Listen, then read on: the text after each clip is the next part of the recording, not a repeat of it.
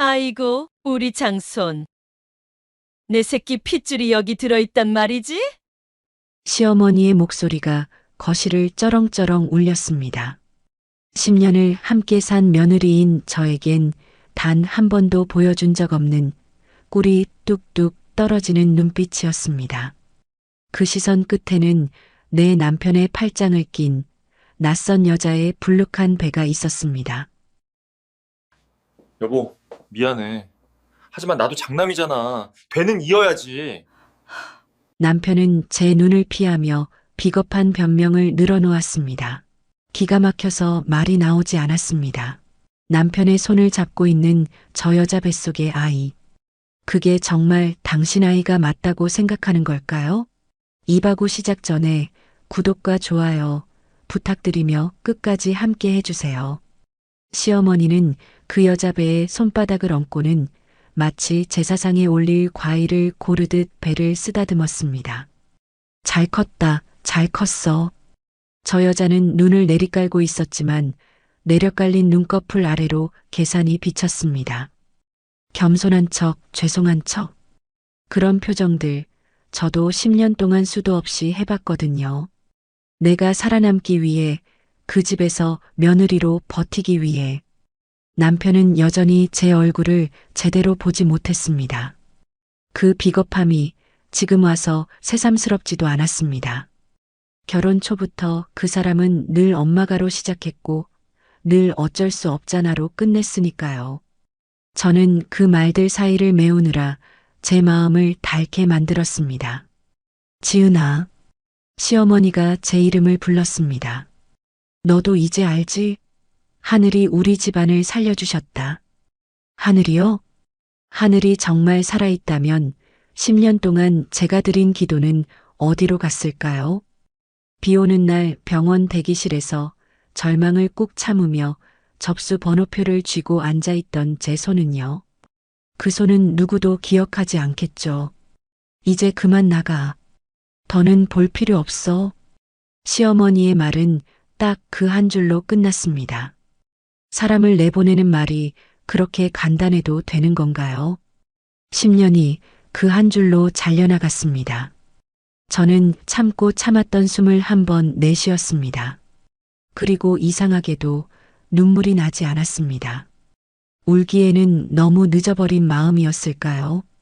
아니면 이미 마음 한쪽에서는 알고 있었던 걸까요?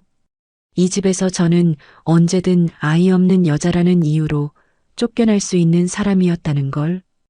위자료는 없어. 남편이 겨우 입을 열었습니다.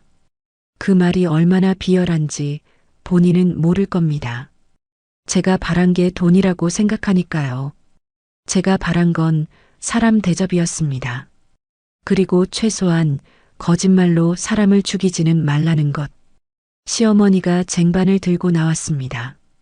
소금이었습니다. 굵은 소금. 그 소금이 제 앞에 뿌려졌을 때 제 뺨이 아니라 제 지난 시간이 따끔거렸습니다. 재수 떼고 가라. 그 말이 제게는 이렇게 들렸습니다.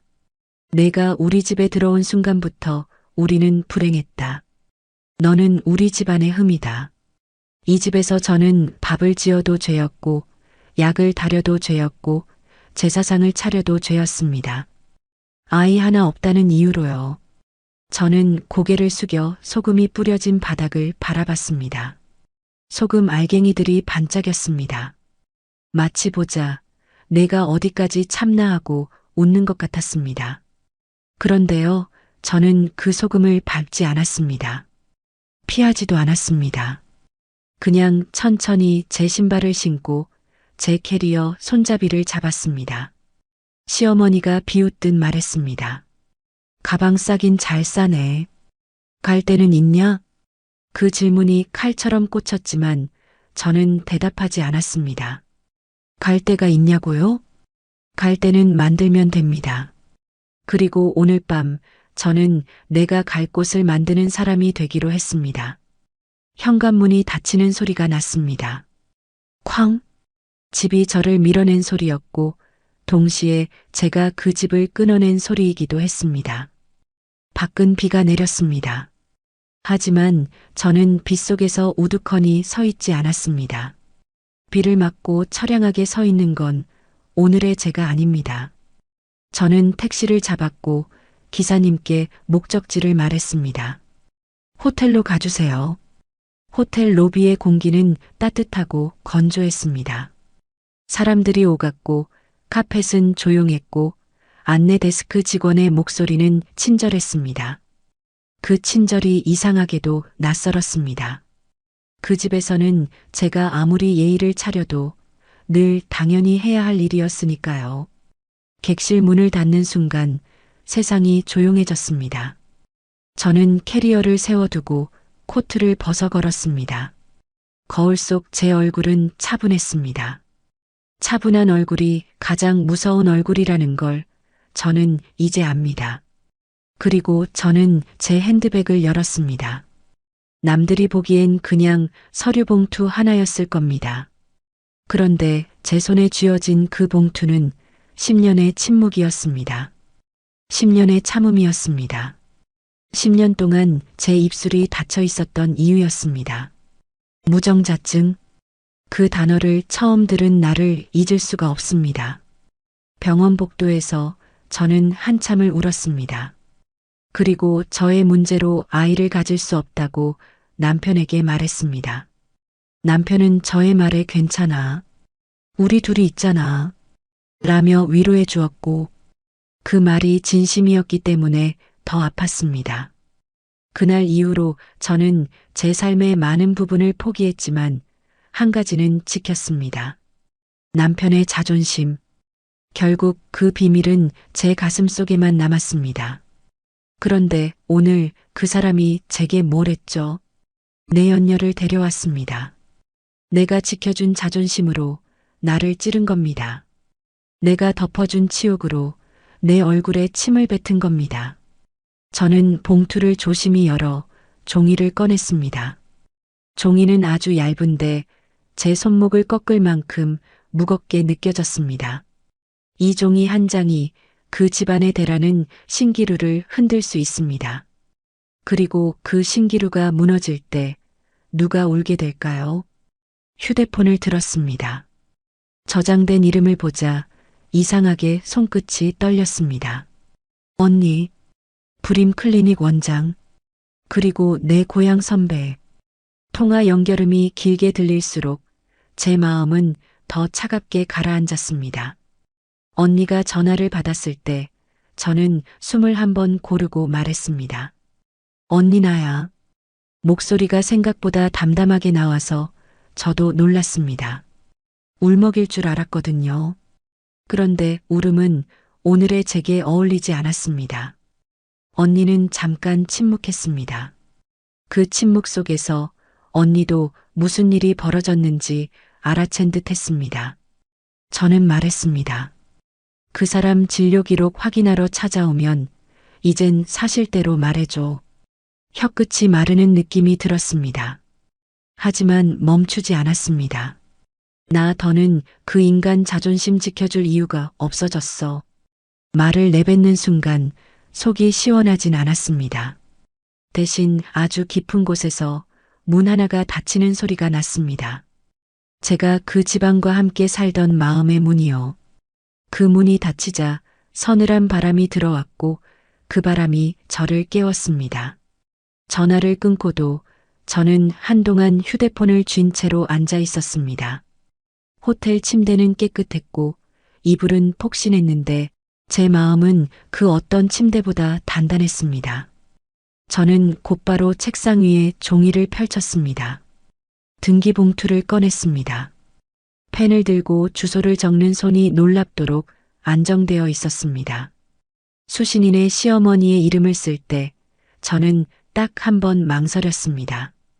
왜냐하면 그 사람도 결국은 아들의 불임을 모르는 채 대만 바라본 여자였으니까요. 하지만 망설임은 여기까지였습니다. 그 사람은 제게 소금을 뿌렸습니다. 사람을 사람으로 보지 않았습니다. 그 죗값은 누군가는 치러야 합니다. 봉투를 봉하고 나서 저는 잠깐 창밖을 봤습니다. 비는 여전히 내리고 있었습니다. 그런데 비가 더 이상 슬프지 않았습니다. 비는 씻어내는 것이기도 하니까요. 오늘 밤의 비는 제 10년을 씻어내는 비일지도 모릅니다. 저는 봉투를 다시 확인했습니다. 종이 한 장. 하지만 그 종이 한 장은 그 집안의 거짓말을 끝내는 종이 한 장이기도 했습니다. 내일 아침 그 집 현관에서 누군가 이 봉투를 뜯겠죠. 그리고 그 순간 누군가의 세상이 조용히 무너질 겁니다. 그게 남편일까요? 시어머니일까요? 아니면 배를 내밀고 서 있던 그 여자일까요? 저는 가만히 웃었습니다. 크게 웃지도 않았고 소리 내지도 않았습니다. 그냥 입꼬리만 아주 조금 올라갔습니다. 이제는 제가 묻고 싶었습니다. 그 아이가 정말 당신 아이라고 믿는 걸까요? 아니면 믿고 싶은 걸까요? 믿고 싶어서 나를 버린 걸까요? 괜찮습니다. 믿고 싶은 대로 믿어도요. 진실은 늘 마지막에 사람을 잡아 끄니까요. 저는 봉투를 가방에 넣었습니다. 그리고 조용히 말했습니다. 이제 내 차례야. 창밖을 보니 비는 그쳤고 도로는 젖은 채로 반짝였습니다. 젖은 도로는 꼭 어젯밤의 내 마음 같았습니다. 울컥 쏟아지진 않았지만 안쪽까지 다 젖어버린 마음. 나는 커튼을 걷고 창문을 조금 열었습니다.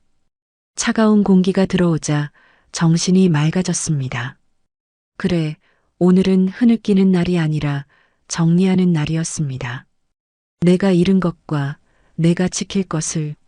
세면대 앞에서 얼굴을 씻는데 거울 속 내 눈이 또렷했습니다. 나는 나에게 물었습니다. 정말 괜찮니? 정말 이쯤에서 멈추지 않을 거니? 그 질문에 내 대답은 하나였습니다. 멈추면 나는 또 10년을 더 살아야 할 것 같았습니다. 누군가의 거짓말을 내 탓으로 뒤집어 쓴 채로요. 봉투를 다시 꺼냈습니다. 얇은 종이 한 장, 그런데 그 종이는 내 허리를 세우는 기둥 같았습니다. 택시를 타고 우체국으로 향했습니다. 차창 밖으로 사람들이 바쁘게 걸었습니다. 나만 멈춘 것 같았던 어젯밤과 달리 세상은 아무 일 없다는 듯이 움직이고 있었습니다. 그게 오히려 고마웠습니다. 세상이 내 불행을 구경하지 않는다는 사실이. 우체국 문을 여는 순간 종이 냄새와 잉크 냄새가 섞여 코끝을 스쳤습니다. 나는 번호표를 뽑고 차례를 기다렸습니다. 이상하게도 그 시간이 길게 느껴졌습니다. 마치 내 인생의 10년이 줄을 서서 내 뒤에서 기다리는 것처럼요. 내 차례가 되자 나는 봉투를 창구에 올려놓았습니다. 직원이 물었습니다. 등기로 보내시나요? 나는 고개를 끄덕였습니다. 내 목소리는 짧고 단단하게 나왔습니다. 네, 등기로요. 등기 접수증을 받는 순간 내 손끝이 아주 조금 떨렸습니다. 겁이 나서가 아니라 이제 되돌릴 수 없어서였습니다. 나는 되돌릴 수 없어서가 아니라 되돌리고 싶지 않아서였습니다. 단지 되돌릴 수 없다는 사실이 내 결심을 더 선명하게 만들 뿐이었습니다. 우체국을 나와 잠깐 벤치에 앉았습니다. 햇빛이 약하게 내려앉았고 나는 그 빛을 손등으로 받았습니다. 10년 동안 나는 햇빛 같은 것을 받아본 적이 있었나? 문득 생각했습니다. 시댁에서는 늘 어둑한 눈치와 축 늘어진 한숨만 받았는데 그때 휴대폰이 진동했습니다. 선배 언니였습니다. 나는 심호흡을 한 번 하고 전화를 받았습니다. 지은아. 언니의 목소리는 늘 그렇듯 차분했습니다. 그 차분함이 내게는 약처럼 느껴졌습니다. 감정이 들끓을 때 누군가의 차분함은 사람을 살리니까요. 언니, 어제 말한 거 부탁해. 내 말이 너무 건조해서 내가 내 목소리에 놀랐습니다. 언니가 짧게 대답했습니다. 알아. 내가 얼마나 참고 살았는지 나도 알아. 그 한마디에 나는 잠깐 목이 막혔습니다. 나는 울고 싶지 않았는데 인정받는 순간 눈물이 올라오더군요. 하지만 나는 삼켰습니다. 지금은 울음이 아니라 방향이 필요했습니다. 언니가 조용히 덧붙였습니다. 그때 내가 비밀로 해달라 했을 때 솔직히 말리고 싶었어. 하지만 내가 선택한 길이니까 나도 10년을 참은 거야. 이제 밝히는 것도 내 선택이야. 그 말이 참 고마웠습니다. 누군가가 내 선택을 존중해주는 경험은 나에게 너무 오랜만이었습니다. 전화를 끊고 나서 나는 한참을 가만히 앉아 있었습니다. 바람이 머리카락을 살짝 건드렸고 나는 그 감각을 느꼈습니다. 내 몸이 아직 살아있다는 느낌. 내가 아직 내 인생을 움직일 수 있다는 느낌. 나는 10년 전을 떠올렸습니다. 그날은 우리 둘이 검사를 받고 결과를 듣기 위해 나란히 앉아 번호표를 쥐고 있던 날이었습니다. 그런데 상담실 문 앞에서 그 사람이 먼저 일어났습니다. 회사에서 급한 전화 왔어. 금방 올게. 너 먼저 듣고 있어. 늘 그렇듯 중요한 순간엔 꼭 한 발 먼저 빠지는 사람이었죠. 나는 그 뒷모습을 붙잡지 않았습니다. 그때는 붙잡을 일이 아니라고 생각했습니다. 문이 닫히고 방 안엔 언니와 나만 남았습니다. 언니의 눈빛이 달라지는 걸 나는 한 번에 알아챘습니다. 의사가 환자를 볼 때의 눈빛 말고 사람을 다치게 하지 않으려 애쓰는 눈빛. 언니는 차분하게 말했지만 내 귀에는 단어만 또렷하게 박혔습니다. 무정자증. 자연 임신은 불가능해. 정자가 아예 없어. 그 문장들이 내 몸 안으로 들어와 자리를 잡는 데는 몇 초도 걸리지 않았습니다. 나는 이상하게도 울지 않았습니다. 울면 그 순간이 진짜가 될 것 같아서요. 대신 나는 아주 빠르게 계산을 했습니다. 이 사실이 시어머니 귀에 들어가는 순간 누가 죄인이 될지, 그 집안에서 아이라는 단어가 누구의 목을 조를지, 그리고 남편이라는 저 남자가 이 사실을 감당할 수 있을지.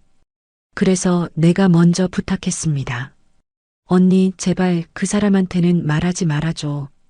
언니가 눈을 크게 떴습니다. 뭐? 당사자가 알아야지. 아니, 알면 무너져. 자존심 하나로 사는 사람이야. 내가 말할게. 내가 때가 되면 알아서 할게. 그 부탁이 사랑이었는지 비겁함이었는지 그땐 구분이 안 됐습니다. 어쩌면 나는 그 사람의 무너지는 꼴을 보기 싫어서 내가 대신 무너지는 쪽을 택했는지도 모릅니다. 문 밖에서 그 사람이 돌아오는 발소리가 들리자 나는 그 자리에서 이미 결심을 하나 했습니다. 오늘부터 이 집안의 죄는 내가 뒤집어 쓰자고, 그 사람의 체면이 무너지지 않게 내가 내 등을 내주자고. 남편이 들어와 물었습니다. 뭐래? 별일 없대? 나는 아무렇지 않게 웃으며 말했습니다. 응, 좀 더 노력해보래. 내가 몸이 좀 차서 그렇대. 그때 남편의 안도하는 표정. 다행이다라며 내 어깨를 툭 치던 손길. 그 손길이 얼마나 가볍고 잔인했는지 나는 그땐 몰랐습니다. 그렇게 10년을 살았습니다. 남편은 자기가 멀쩡하다고 믿었고 시어머니는 내가 문제라고 믿었습니다. 그리고 나는 그 믿음들을 다 받아내며 속이 골마갔습니다. 그런데 어제 그 사람은 내게 무엇을 했죠? 내가 지켜준 그 멀쩡함을 무기로 다른 여자를 데려왔습니다. 내가 덮어준 그 비밀 위에서 뻔뻔하게 내 핏줄 타령을 했습니다. 나는 조용히 웃었습니다. 웃음이 나와서가 아니라 너무 어처구니가 없어서요. 사람은 자기가 지키던 것이 배신당할 때 비로소 깨닫습니다. 내가 지키던 건 사랑이 아니라 상대의 오만함이었을지도 모른다는 걸. 내가 가장 많이 들었던 말이 떠올랐습니다. 애는 왜 없냐? 병원은 다녀봤냐? 남편 잡아먹을 팔자다. 그 말들을 들을 때마다 나는 내 속을 파냈습니다. 내가 말하지 않아서 그래. 내가 참으면 돼. 하지만 이제는 내가 묻고 싶었습니다. 정말 참으면 되는 거였나요? 정말 당신은 아무 죄가 없나요? 당신이 모른다는 이유로 내 희생이 당연해지나요? 나는 가방 속 접수증을 손가락으로 눌렀습니다. 등기번호가 찍힌 그 작은 종이가 내 대답 같았습니다. 아니라고. 이제 그만 나를 의심하라고. 이제는 당신이 당신 얼굴을 보게 될 거라고. 나는 자리에서 일어나 천천히 걸었습니다. 어디로 가느냐고요? 당장 갈 곳은 중요하지 않았습니다. 중요한 건 오늘부터 내가 내 발로 걷는다는 사실이었습니다. 그리고 지금쯤 그 집 우편함에 내 봉투가 도착했을지도 모릅니다. 시어머니는 아마도 현관에서 그 봉투를 집어들겠죠. 손끝이 먼저 떨릴까요? 목소리가 먼저 높아질까요? 아무것도 모르는 남편은 그 봉투를 보자마자 눈을 피할까요? 아니면 또 내 탓을 할까요? 당신이 10년 동안 몰랐던 진짜 당신의 모습, 그 진실이 담긴 봉투를 뜯는 순간 당신의 표정이 어떨지 나는 그게 너무나도 궁금합니다. 그럼에도 어머니는 나를 죄인이라 부를까요? 그럼에도 당신은 그 뱃속의 아이가 당신 아이라고 우길까요? 경쾌한 초인종 소리가 평화롭던 거실의 공기를 갈랐습니다. 방금 전까지 웃음꽃이 피던 시댁의 풍경이 잠시 멈췄습니다. 식탁 위에는 김이 모락모락 나는 잉어 곰탕이 놓여 있었고 만삭의 내연녀는 입가에 묻은 국물을 닦으며 배를 두드리고 있었죠. 남편 철수 씨는 태교 동화책을 읽다 말고 고개를 들었습니다. 누구세요? 시어머니가 현관 인터폰 화면을 확인합니다. 화면 속엔 우체국 집배원이 서 있습니다. 등기 왔습니다. 본인 수령하셔야 합니다. 등기, 올 게 없는데? 시어머니는 고개를 갸웃거리며 문을 열었습니다. 집배원이 건넨 노란 서류 봉투. 거기엔 아주 낯익은 그러나 지금은 가장 낯선 이름이 적혀 있었습니다. 보내는 사람 김지은. 아니, 이 앙큼한 것이 나가자마자 무슨 편지를 보냈대? 시어머니의 목소리가 톤이 높아졌습니다. 남편도 숟가락을 내려놓고 다가왔습니다. 지은이가 뭐래? 위자료 더 달라고 떼쓰는 거 아니야? 남편은 콧방귀를 뀌었습니다. 위자료는 무슨 10년 동안 밥 얻어먹은 것만 해도 감지덕지해야지. 뻔뻔하기는. 내연녀만 식탁에 앉아 누나를 도르륵 굴립니다. 그녀의 육감이라는 게 있죠. 불길한 예감, 등골을 타고 흐르는 서늘한 느낌 말입니다.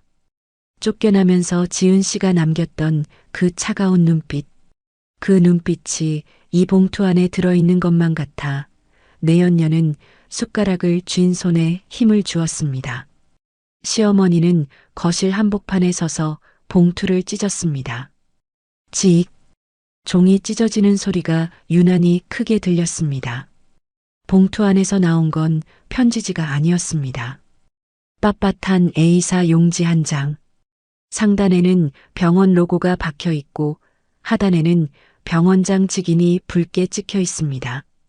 시어머니가 돋보기를 고쳐 쓰고 글자를 읽어 내려갑니다. 처음엔 건성으로, 그 다음엔 미간을 찌푸리며 마지막엔 입을 딱 벌린 채로 종이를 쥔 손이 파르르 떨리기 시작합니다. 이게 무슨 소리냐? 시어머니의 목소리가 갈라졌습니다. 남편이 답답하다는 듯 다가와 종이를 낚아챘습니다. 엄마 왜 그래? 뭔데 그래? 뭐 빚이라도 있다는 거야? 남편의 눈이 진단서에 박혔습니다. 진단서, 환자 성명 박철수, 병명 무정자증, 임상 소견 정액 검사상 정자가 전혀 관찰되지 않음, 고환 조직 검사상 정자 형성 장애 확인, 자연 임신 불가능, 거실에는 시계 초침 소리만 들렸습니다. 철수 씨의 얼굴이 불그락푸르락 변해갔습니다. 이건 자기 이름입니다. 자기 주민등록번호입니다. 그런데 병명이 무정자증? 내가 천하의 박철수가 씨 없는 수박이라니? 이 미친 여자가. 남편이 비명을 지르며 진단서를 바닥에 내동댕이 쳤습니다. 엄마, 이거 다 거짓말이야. 조작이야, 조작. 지은이 이 여자가 쫓겨나니까 앙심 품고 가짜 서류 만들어 보낸 거라고. 그 소리에 내연녀가 움찔하며 배를 감싸 안았습니다. 그녀의 머릿속은 지금 잉어 곰탕보다 더 뜨겁게 끓고 있습니다. 설마, 진짜야? 이 남자 진짜 불임이야? 그녀의 동공이 지진 난 듯 흔들립니다. 만약 진짜라면 지금 내 뱃속의 애는 이 남자의 아이라고 철석같이 믿게 만들었는데 남자가 애초에 씨가 없다면 이건 사기입니다. 그녀가 사기를 친 게 아니라 그녀가 사기를 당할 판입니다. 시어머니는 바닥에 떨어진 종이를 다시 주워들었습니다. 손이 덜덜 떨려서 종이가 바스락거렸습니다. 10년 전 날짜. 2016년 5월 12일. 그날을 기억합니다. 아들과 며느리가 같이 난임병원에 간다고 했던 날. 그날 밤 며느리는 혼자 방에 들어와 울었습니다. 어머니, 죄송해요. 제가 몸이 좀 차서 그렇대요. 노력해 볼게요. 그때 아들은 밖에서 담배만 피우고 들어와 엄마, 제 몸보신 좀 시켜줘 하고 말았죠. 시어머니의 머릿속에서 지난 10년의 기억이 뒤엉켰습니다. 매달 생리가 터질 때마다 죄인처럼 고개를 숙이던 며느리. 온갖 용하다는 한약방을 끌고 다니며 구박을 줘도 묵묵히 참던 며느리. 그게 죄송해서가 아니라 아들의 비밀을 덮어주느라 그랬던 거라면 내 아들이 고자라는 사실을 감추기 위해 멀쩡한 제 몸을 죄인으로 만든 거라면 철수야. 시어머니의 목소리가 낮게 깔렸습니다. 평소에 다정한 목소리가 아닙니다. 얼음장 같은 목소리입니다. 너 그때 검사 결과 직접 들었냐? 남편이 펄쩍 뛰었습니다.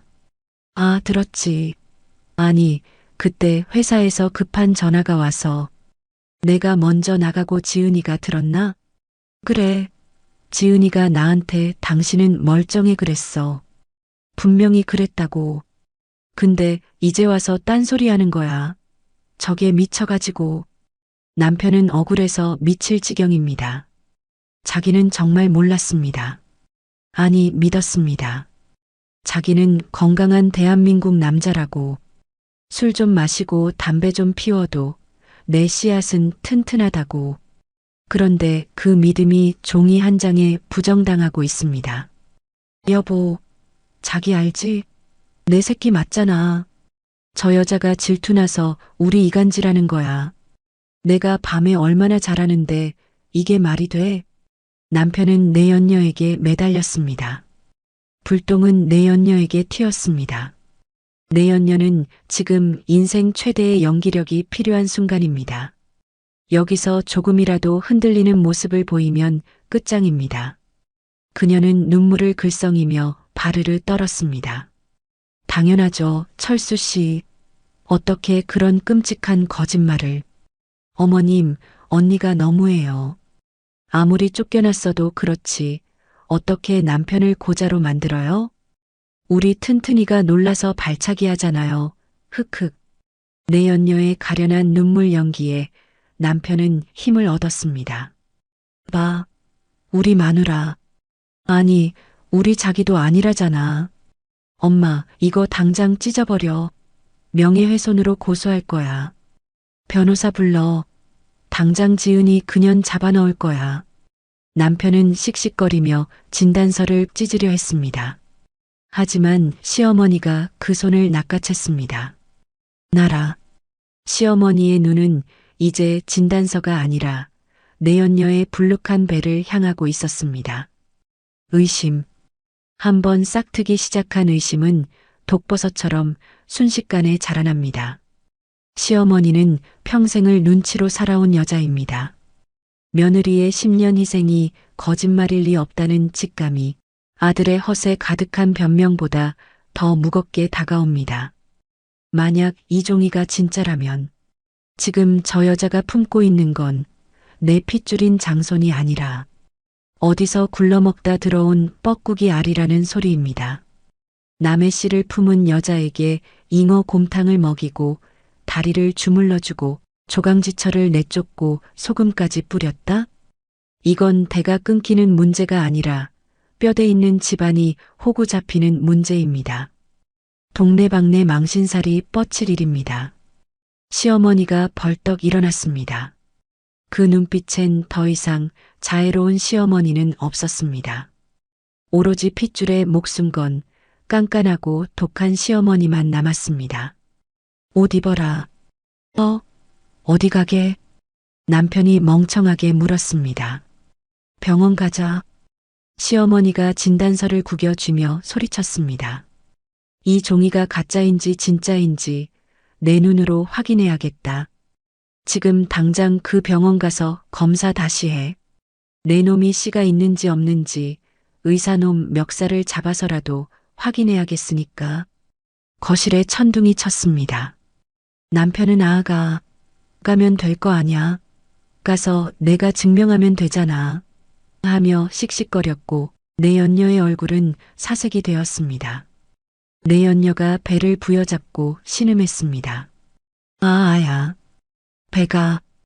어머님, 저 배가 뭉쳐서 못 움직이겠어요. 저 그냥 집에 있으면 안 될까요?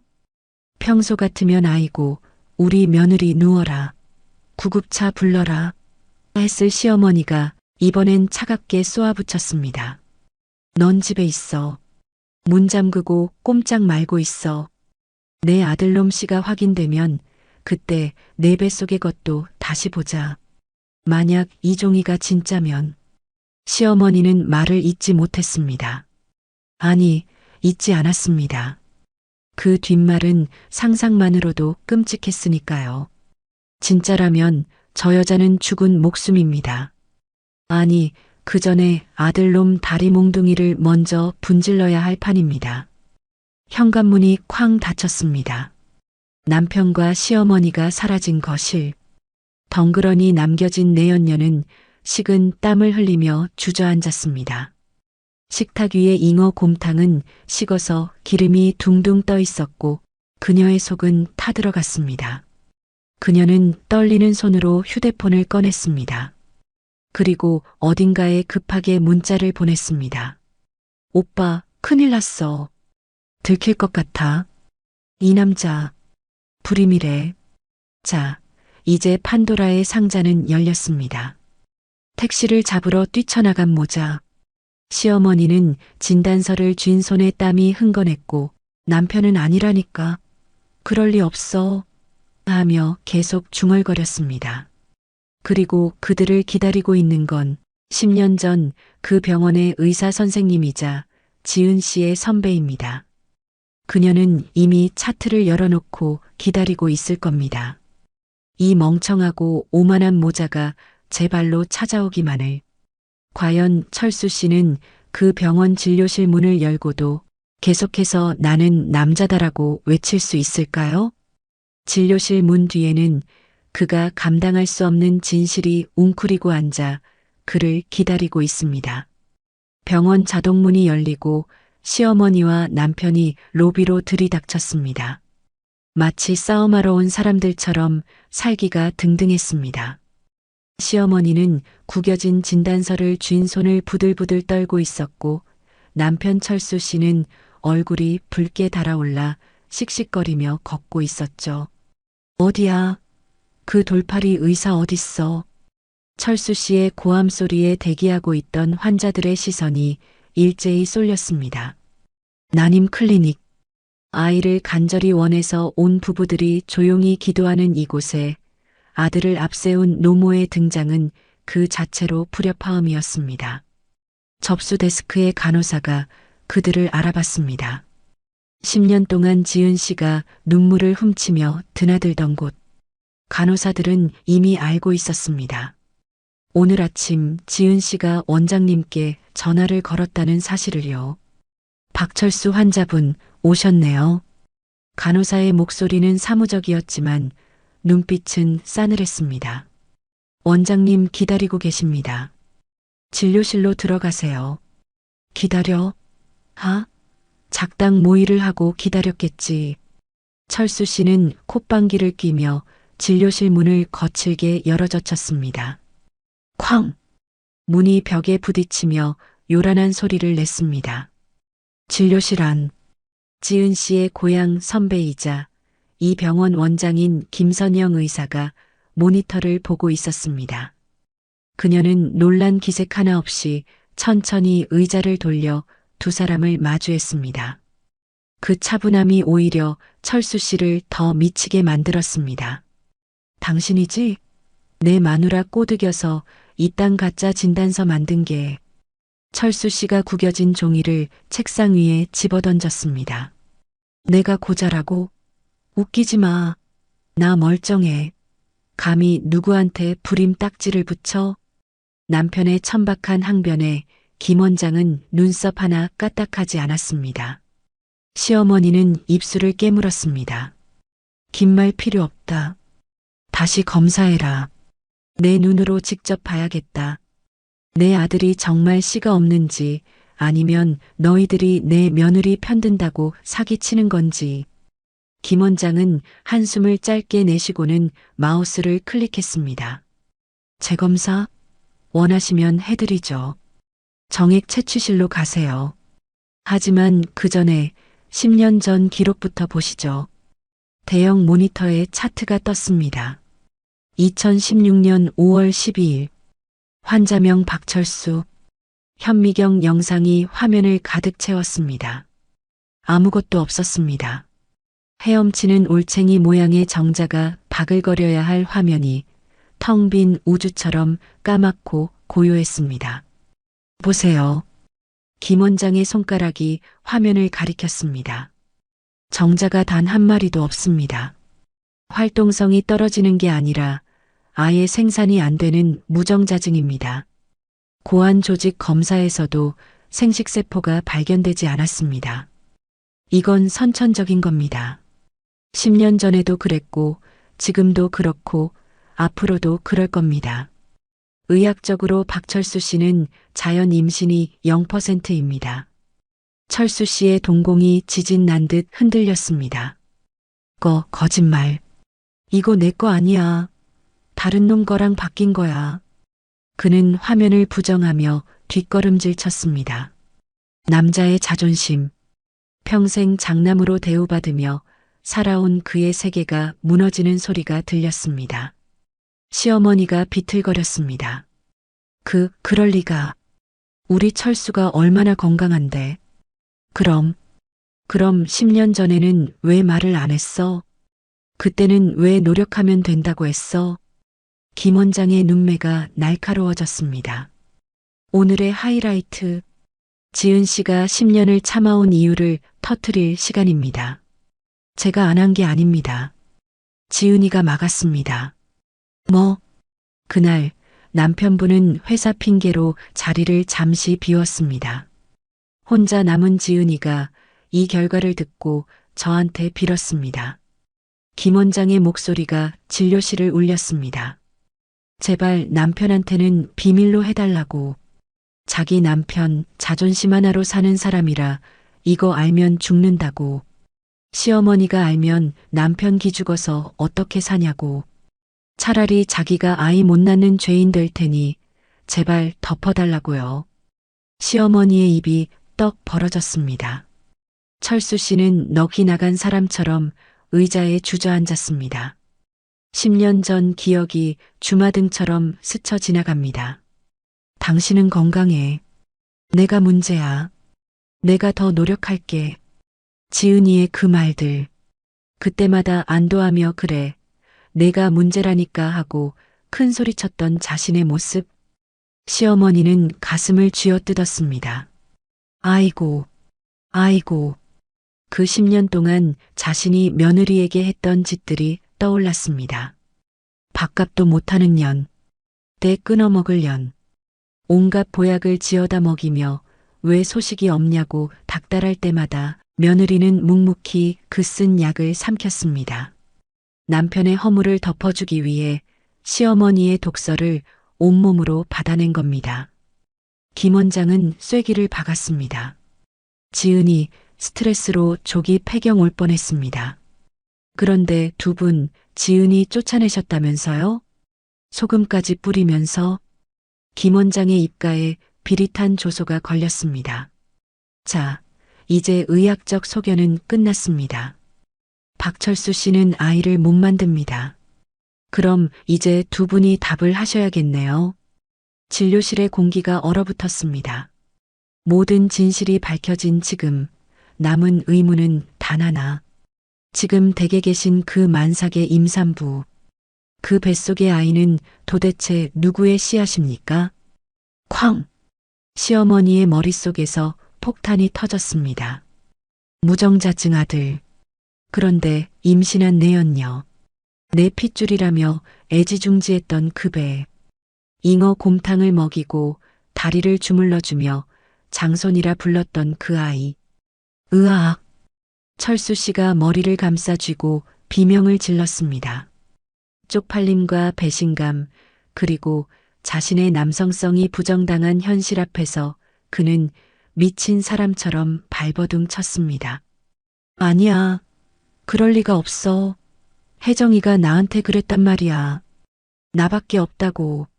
오빠 아이 가졌다고. 하지만 시어머니는 더 이상 비명을 지르지 않았습니다.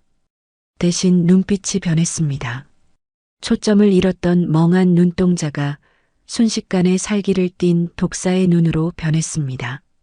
수치심이 극에 달하면 분노가 되는 법입니다. 10년 동안 며느리를 잡았던 그 표독스러운 에너지가 이제 방향을 틀었습니다.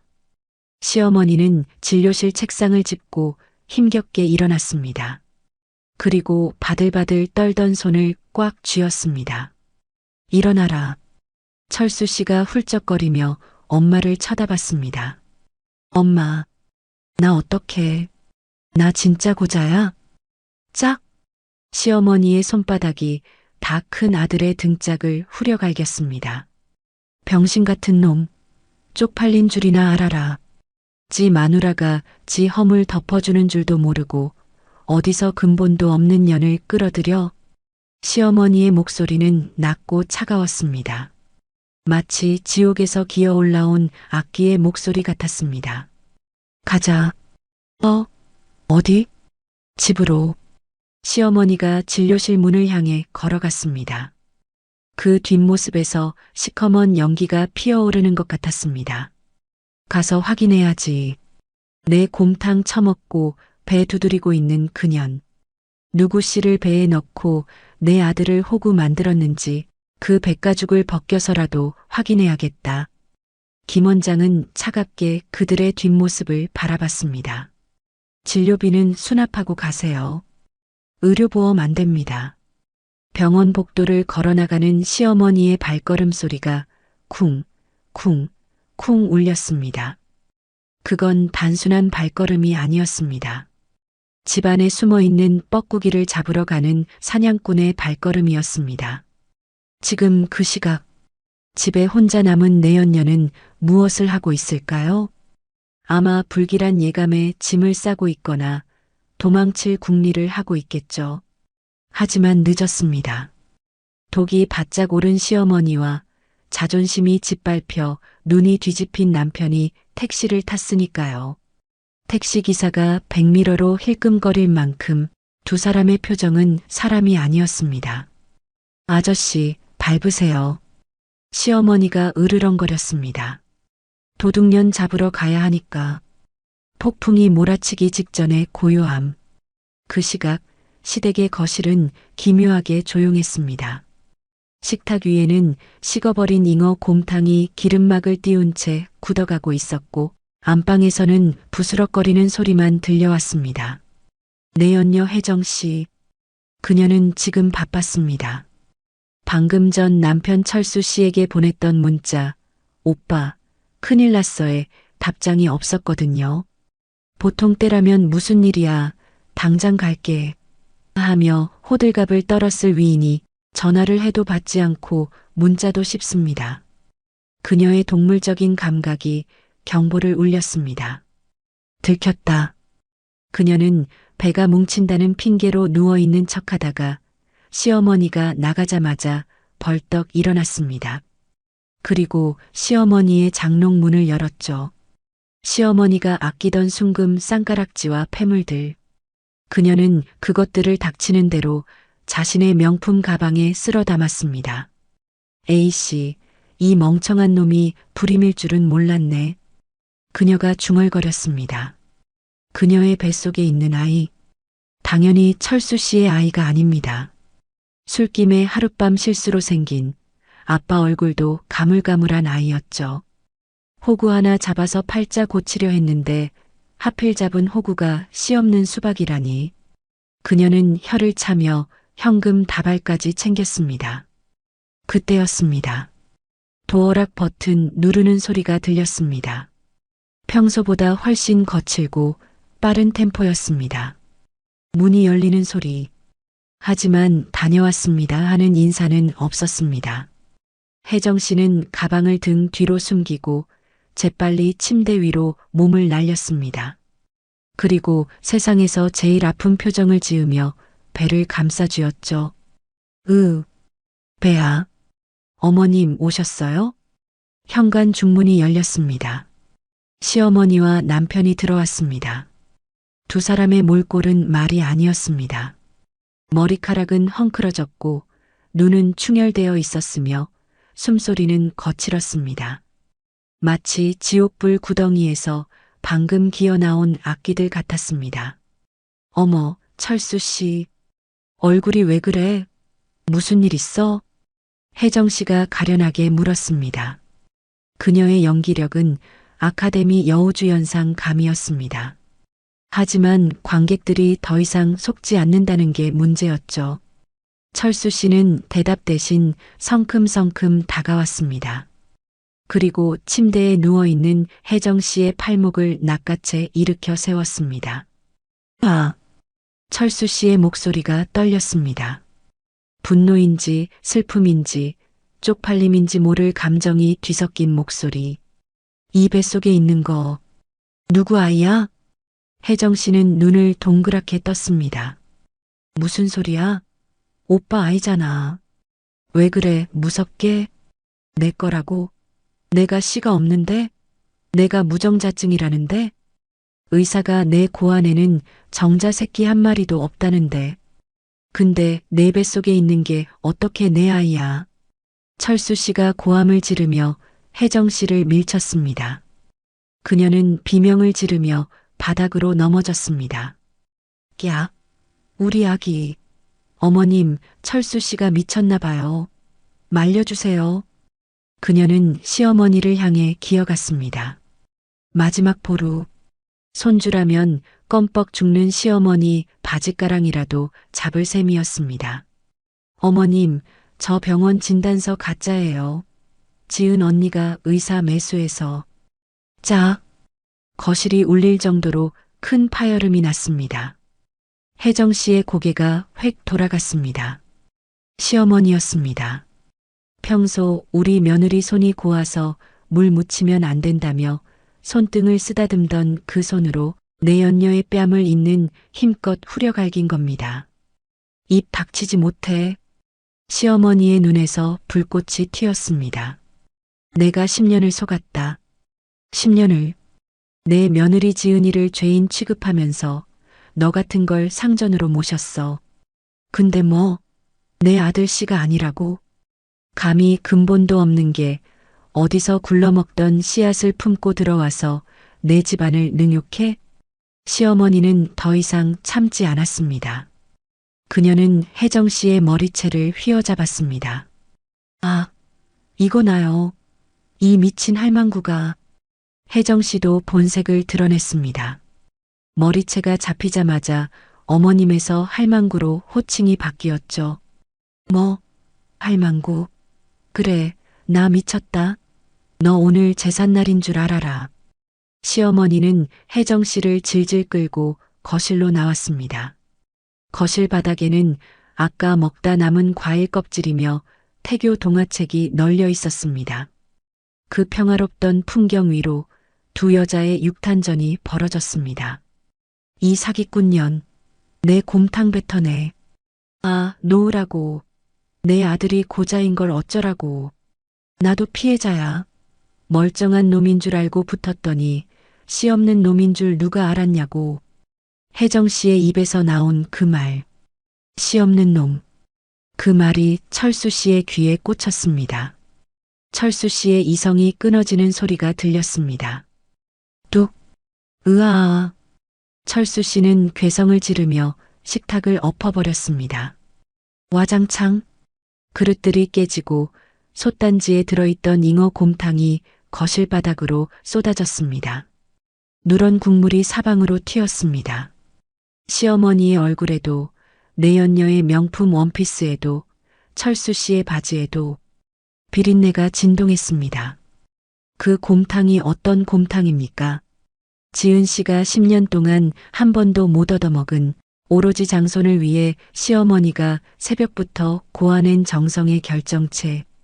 그것이 지금 더러운 구정물이 되어 바닥을 흐르고 있었습니다. 마치 이 집안의 꼬라지처럼요. 너 지금 뭐라 그랬어? 고자.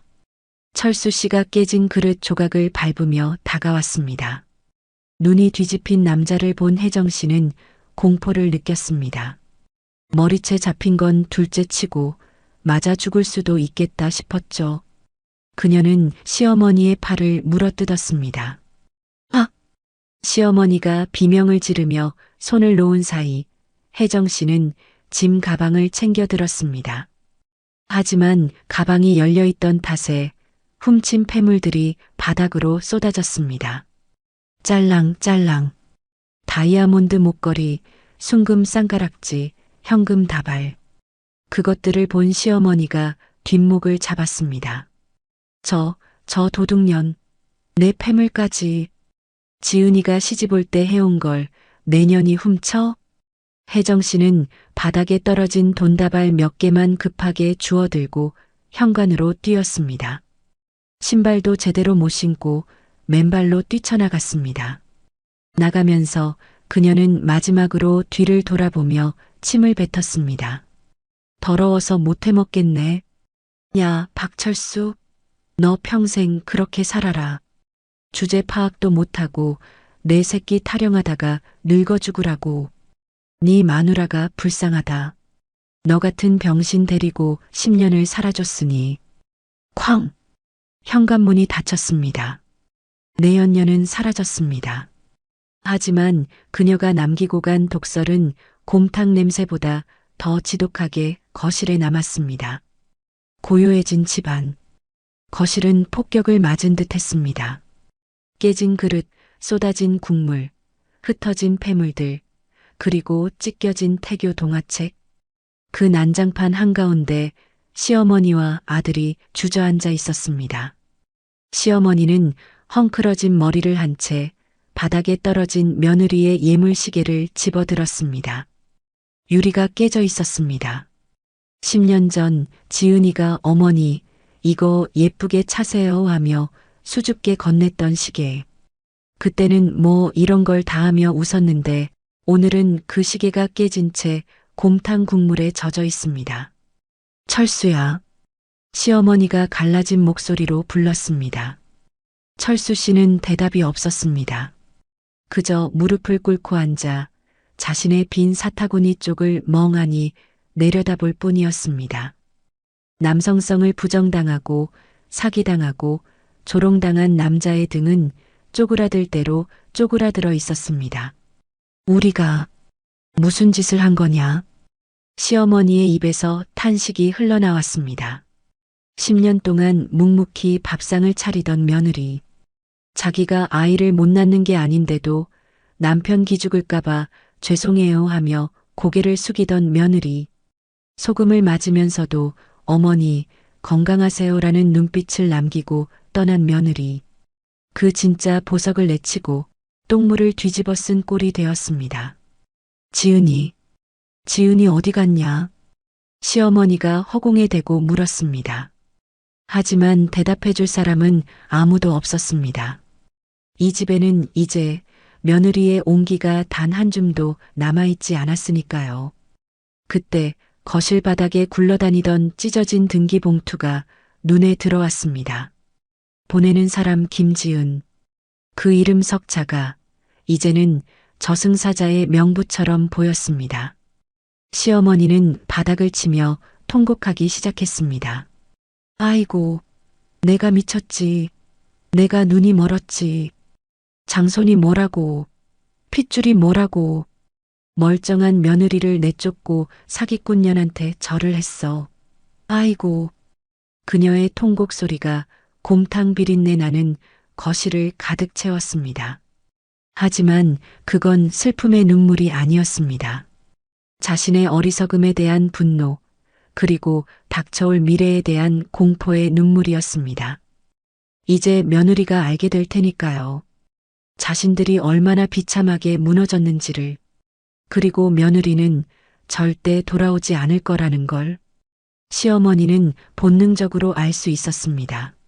자기가 뿌린 소금밭 위로 다시 걸어 들어올 바보는 세상에 없다는 거요. 폭풍이 휩쓸고 간 자리에는 쓰레기만 남는 법입니다. 시댁의 거실이 딱 그 꼴이었습니다. 내연녀 혜정 씨가 도망친 지 1시간이 지났지만 시어머니와 철수 씨는 마치 밀랍 인형처럼 그 자리에 박혀 있었습니다. 거실 바닥에 쏟아진 잉어 곰탕은 식어서 허연 기름막을 형성하고 있었습니다. 그 비릿한 냄새, 마치 썩어버린 욕망의 냄새가 온 집안을 진동시켰습니다.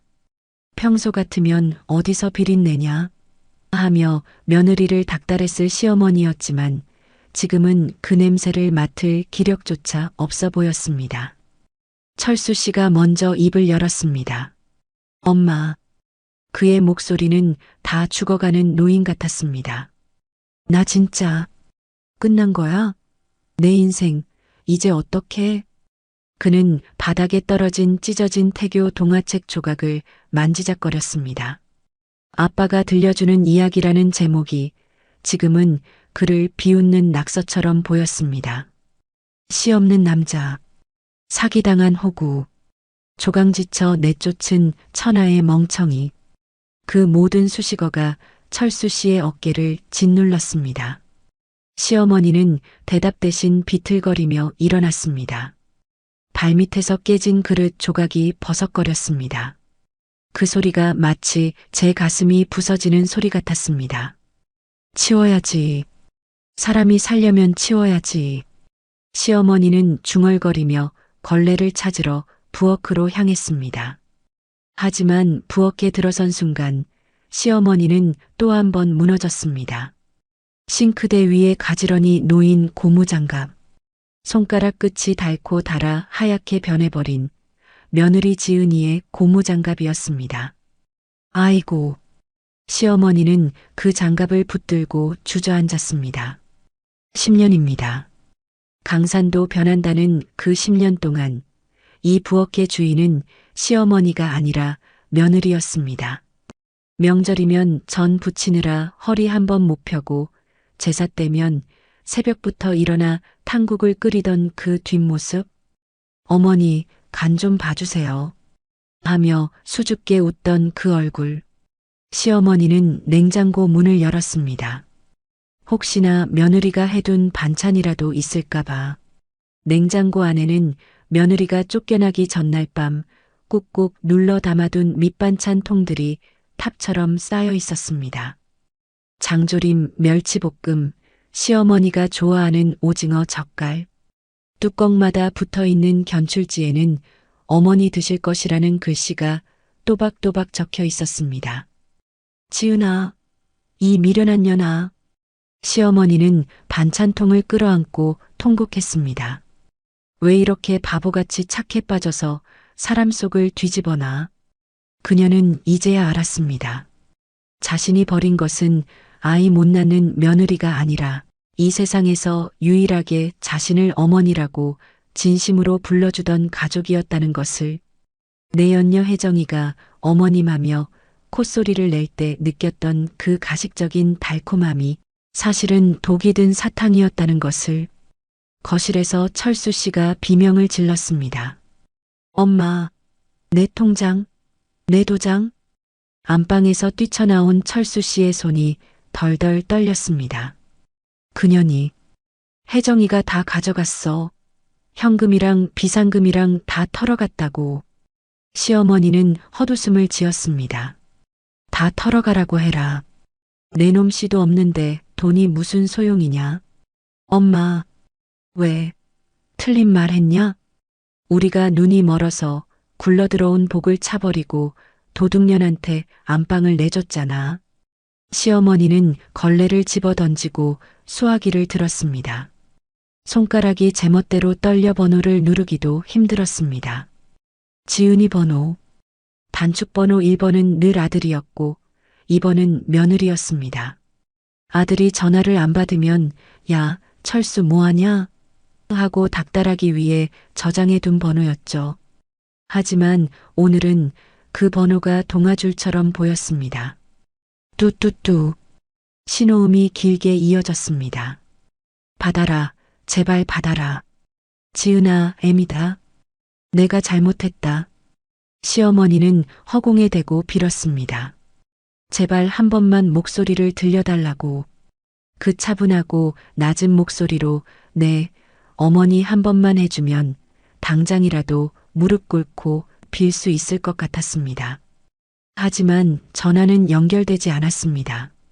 고객님의 요청으로 당분간 착신이 정지되어 아니, 정지가 아닙니다.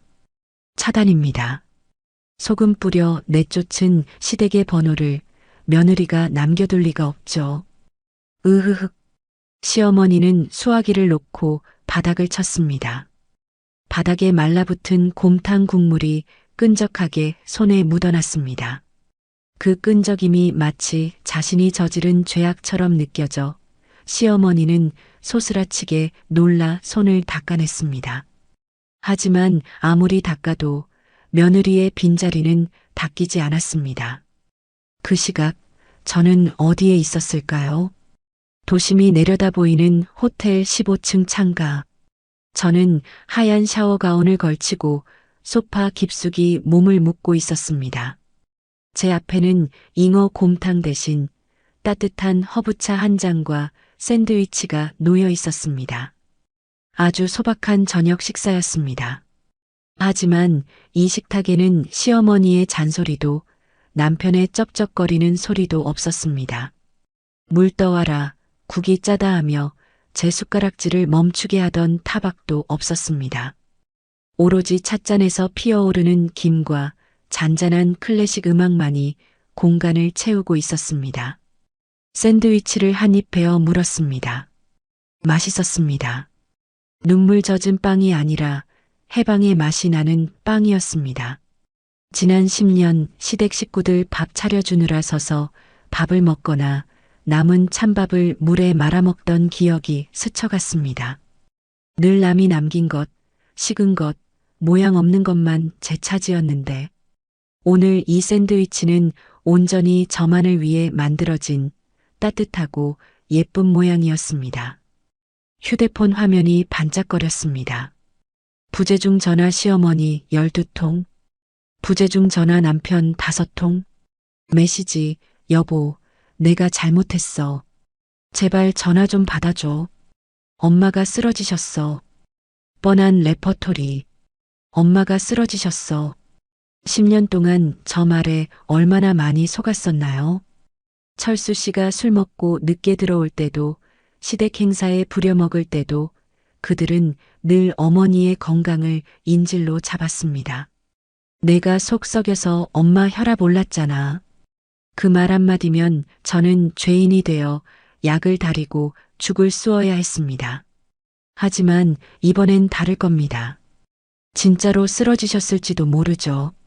아들이 고자라는 사실을 알았고 며느리한테 속았다고 생각할 테고 무엇보다 그 아끼던 폐물과 돈을 사기꾼에게 털렸을 테니까요. 혈압이 오를 만도 합니다. 그래서 뭐 어쩌라고요. 저는 픽 웃으며 차단 버튼을 눌렀습니다. 손끝 하나로 세상이 조용해졌습니다. 쓰러지셨다고요? 글쎄요, 병원 가서 링거라도 맞으시겠죠. 제가 끓인 전복죽보다는 링거가 효과가 더 좋을 겁니다. 이제 그 병수발은 제 몫이 아닙니다. 그 대단하신 아드님이 하시겠죠. 창밖을 바라봤습니다. 비가 그친 밤하늘은 맑았고 도시의 불빛은 별처럼 빛났습니다. 아, 조용하다. 제 입 밖으로 소리내어 말해봤습니다.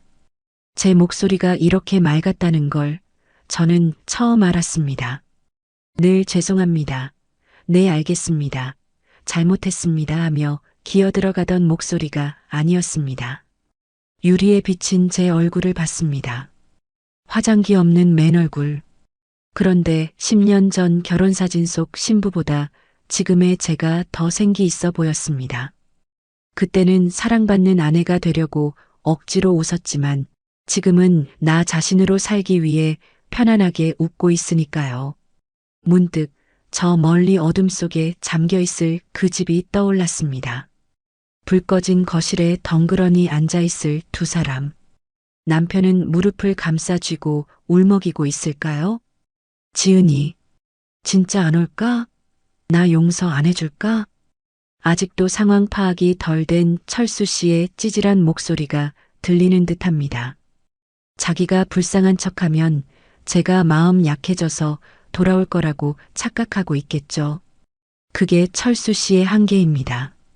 평생 엄마 치마폭과 아내의 희생 뒤에 숨어 살아온 남자의 유아적인 발상. 그리고 시어머니. 그분은 울고 계실까요? 아니면 이를 갈고 계실까요? 찾아야 한다. 내일 날 박는 대로 찾아내. 아마 저를 찾으려고 혈안이 되어 있겠죠. 사랑해서, 미안해서, 천만에요. 내일 당장 밥 차릴 사람이 필요해서, 동네 창피해서 얼굴 들고 다닐 핑계가 필요해서, 남편이 고자라는 소문을 막아줄 방패막이가 필요해서, 그 징글징글한 이기심이 훤히 보입니다. 어쩌면 혜정 씨가 훔쳐간 돈보다 저 모자의 이기심이 더 무거운 죄일지도 모릅니다. 하지만 어머니, 죄송하지만 저는 돌아가지 않습니다. 어머니가 뿌린 소금밭 위로 제 발로 다시 걸어 들어갈 바보는 세상에 없습니다. 어머니가 며느리의 낡은 앞치마를 끌어안고 후회해도 그 앞치마는 이미 쓰레기통에 버려졌어야 할 물건입니다. 제가 그 집을 나올 때 제 영혼의 앞치마를 벗어 던지고 나온 것처럼요. 저는 커튼을 닫았습니다. 완벽한 어둠, 완벽한 고요. 침대에 몸을 뉘었습니다. 시트가 사각거리는 소리가 좋았습니다. 내일 아침에는 호텔 조식을 먹으러 갈 겁니다. 남이 차려준 따뜻한 밥상을 아주 천천히 우아하게 받을 겁니다. 잘 자, 지은아. 제가 저에게 인사를 건넸습니다. 10년 만에 처음으로 가위에 눌리지 않을 밤이었습니다. 꿈속에서조차 시어머니의 고함 소리를 듣지 않아도 되는 진짜 나의 밤이 시작되었습니다. 며칠이 지났습니다. 호텔에서의 생활은 꿈만 같았습니다. 아침에 일어나면 창밖으로 도시의 풍경을 보고 조식을 먹으며 신문을 읽고 오후에는 서점에 가서 읽고 싶었던 책을 샀습니다. 10년 동안 여자가 무슨 책이냐, 살림이나 배워라 했던 시어머니의 타박이 없으니 세상 모든 활자가 제게 말을 걸어오는 것 같았습니다. 하지만 이 평화가 영원할 거라고는 생각하지 않았습니다. 그들은 끈질기니까요. 자신들의 이기심을 채우기 위해서라면 지옥 끝까지라도 쫓아올 사람들이니까요. 예상대로였습니다. 호텔 로비에서 커피를 마시고 있는데 익숙한, 아니 지긋지긋한 그림자 두 개가 나타났습니다. 회전문이 돌고 시어머니와 남편이 들어왔습니다. 꼴이 말이 아니더군요. 며칠 사이에 10년은 늙어버린 듯한 시어머니. 푸석한 얼굴, 헝클어진 머리, 늘 다려입던 블라우스는 구겨져 있었습니다. 그 옆에 선 남편은 더 가관이었습니다. 어깨는 축 처지고 눈동자는 초점을 잃고 마치 주인 잃은 강아지처럼 시어머니 뒤에 숨어 있었습니다. 저를 발견한 시어머니의 눈이 번뜩였습니다. 그 눈빛은 반가움이 아니었습니다. 생존 본능이었습니다. 물에 빠진 사람이 지푸라기를 발견했을 때의 그 절박하고 징그러운 눈빛. 지은아. 시어머니가 로비 한복판에서 제 이름을 부르며 달려왔습니다. 사람들의 시선이 쏠렸지만 그녀는 아랑곳하지 않았습니다. 체면? 자존심? 그런 건 이미 며칠 전 잉어 곰탕과 함께 바닥에 쏟아버렸으니까요. 제 앞에 선 시어머니는 망설임 없이 무릎을 꿇었습니다. 지은아, 내가 잘못했다.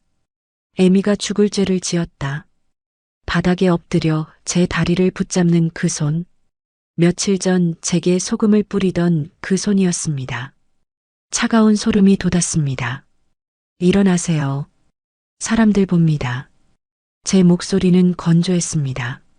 화를 내지도 소리를 지르지도 않았습니다. 그럴 가치조차 없었으니까요. 지은아, 우리 철수가 밥도 안 먹고 울기만 한다. 너 없으면 못 산단다. 너 아니면 안 된단다. 시어머니는 또 아들 핑계를 댑니다. 철수 씨는 옆에서 코를 훌쩍이며 저를 쳐다봤습니다. 여보, 미안해. 내가 진짜 몰랐어. 나 병신이야. 나 고자야. 나 등신이야. 그러니까 제발. 남편의 입에서 나온 고자라는 단어. 그 말을 내뱉는 그의 표정이 얼마나 비참해 보이던지. 하지만 동정심은 들지 않았습니다. 그 비참함을 10년 동안 제가 대신 짊어지고 살았으니까요. 제가 불임녀라는 낙인을 찍히고 죄인 취급받을 때 그는 뭐 했나요? 엄마가 그러는데 너 한약 좀 더 먹으래 하며 방관했죠. 그래서요? 제가 물었습니다. 아드님이 고자라서 사기당해서 이제 저한테 돌아오라는 건가요? 제가 무슨 재활용 센터입니까? 쓰다 버린 거, 망가진 거 다시 고쳐 쓰라고요? 시어머니가 고개를 저으며 울부짖었습니다. 아니다. 이제 내가 너를 여왕처럼 모실게. 손에 물 한 방울 안 묻히게 할게. 어머니. 10년 동안 수만 번 불렀던 호칭. 하지만 오늘이 마지막입니다. 10년 전 제가 왜 이 사람 무정자증인 거 숨겼는지 아세요? 시어머니가 눈물 콧물 범벅이 된 얼굴로 저를 올려다봤습니다. 어머니가 무서워서가 아니었어요. 이 사람 자존심이 불쌍해서도 아니었어요. 우리가 가족이라고 생각해서였어요. 가족이니까 서로의 허물을 덮어주는 게 맞다고 생각했어요. 그래서 제 배를 째는 심정으로 제 입을 꿰매버렸던 거예요. 저는 숨을 한번 골랐습니다. 가슴 깊은 곳에서 뜨거운 것이 올라왔지만 눈물로 흘려보내지 않았습니다. 그런데 어머니는 저를 가족으로 생각하셨나요? 아니요. 어머니에게 저는 대 있는 도구, 밥하는 식모, 감정 쓰레기통이었을 뿐이에요. 고장난 도구라고 버리셨죠? 소금까지 뿌려서 재수 없다고. 지은아, 내가 미쳤었어. 네, 미치셨었죠. 손주 욕심해요. 그래서 그 근본도 모르는 여자 배를 쓰다듬으며 저를 내쫓으셨죠. 그 여자가 사기꾼인 줄도 모르고. 저는 핸드백에서 봉투 하나를 꺼냈습니다. 이혼 서류였습니다. 이미 변호사 통해 작성해둔 깔끔한 서류. 도장 찍으세요. 위자료는 필요 없습니다. 대신 제가 10년 동안 그 집에서 일한 노동가 청구할 겁니다. 최저시급으로 계산해도 꽤 될 겁니다. 아드님 불임 치료비 명목으로 쓴 돈까지 합치면 집 한 채 값은 나오겠네요. 철수 씨가 서류를 받아들고 덜덜 떨었습니다. 여보, 진짜 이혼이야? 우리 좋았잖아. 좋았어? 당신만 좋았겠지. 나는 지옥이었어. 저는 시어머니를 내려다봤습니다. 어머니가 그토록 원하시던 손주잖아요. 혜정 씨 뱃속에 든 그 아이. 남의 씨라도 사기꾼 자식이라도 어머니가 끔찍하게 아끼시던 장손자리였잖아요. 찾아가서 비세요. 그 여자한테 다시 들어오라고 하세요. 그래서 그 핏줄 정성껏 키워보세요. 어머니 소원대로 대가 끊기지는 않겠네요. 피가 섞였든 안 섞였든. 그 말을 듣는 순간 시어머니의 얼굴이 흑빛으로 변했습니다. 남의 씨를 키우라니. 혈통에 목숨 거는 노인에게 이보다 더 큰 저주는 없을 겁니다. 하지만 그건 제가 만든 저주가 아닙니다. 본인이 자초한 업보죠. 안 된다. 지은아, 제발. 시어머니가 제 발목을 놓지 않으려 발버둥 쳤습니다. 저는 구두 끝으로 그녀의 손을 밀어냈습니다. 매몰차게요? 아니요. 정당하게요. 이거 놓으세요. 제 옷 구겨집니다. 저 이제 누구의 며느리도 누구의 아내도 아닙니다. 저는 김지은입니다. 제 이름 석자로 살 겁니다. 저는 뒤로 돌았습니다. 호텔 회전문을 향해 걸어갔습니다. 등 뒤에서 시어머니의 통곡 소리가 들려왔습니다. 아이고, 지은아, 가지 마라. 내가 잘못했다. 철수야, 잡아라. 철수 씨의 울음 섞인 목소리도 들렸습니다. 지은아, 여보, 나 버리지 마. 하지만 저는 한 번도 돌아보지 않았습니다. 돌아보면 제가 흘린 10년의 눈물이 저를 잡을 것 같아서요. 아니, 돌아볼 이유가 없었습니다. 제 앞에는 환한 햇살이 비치고 있었으니까요. 회전문이 돌고 저는 호텔 밖으로 나왔습니다. 상쾌한 바람이 불어왔습니다. 며칠 전 비 오는 밤 쫓겨나던 때와는 다른 바람이었습니다. 이 바람은 저를 어디론가 데려가 줄 겁니다. 제가 가고 싶은 곳으로요. 주머니 속에서 진동이 울렸습니다. 선배 언니였습니다. 지은아, 잘 해결됐어? 응, 언니. 끝났어. 완벽하게. 고생했다. 이제 내 인생 살아. 고마워. 이제는 나를 위해 살려고. 전화를 끊고 저는 하늘을 올려다봤습니다. 눈부시게 파란 하늘. 구름 한 점 없는 그 하늘이 제 10년을 보상해 주는 것 같았습니다. 저는 택시를 잡았습니다. 어디로 모실까요? 기사님의 질문에 저는 1초의 망설임도 없이 대답했습니다. 공항으로요. 10년 동안 잊고 있었던 꿈. 여행. 나 혼자 떠나는 목적지 없는 여행. 캐리어 하나 들고 떠나는 제 모습이 유리창에 비쳤습니다. 그 여자 참 멋져 보였습니다. 택시가 출발했습니다. 백미러 속으로 호텔 로비가 멀어졌습니다. 그 안에서 시어머니와 남편은 여전히 바닥을 치며 울고 있겠죠. 평생을 후회 속에서 서로를 원망하며 살아가겠죠. 그게 그들의 벌입니다. 제가 내린 벌이 아니라 그들 스스로가 만든 감옥. 저는 창문을 열었습니다. 바람이 머리카락을 흩트려 놓았지만 상관없었습니다. 이제 저는 자유니까요. 안녕. 나의 지옥. 저는 속삭였습니다. 그리고 웃었습니다. 진짜 웃음이었습니다. 오늘의 이바구는 여기까지입니다.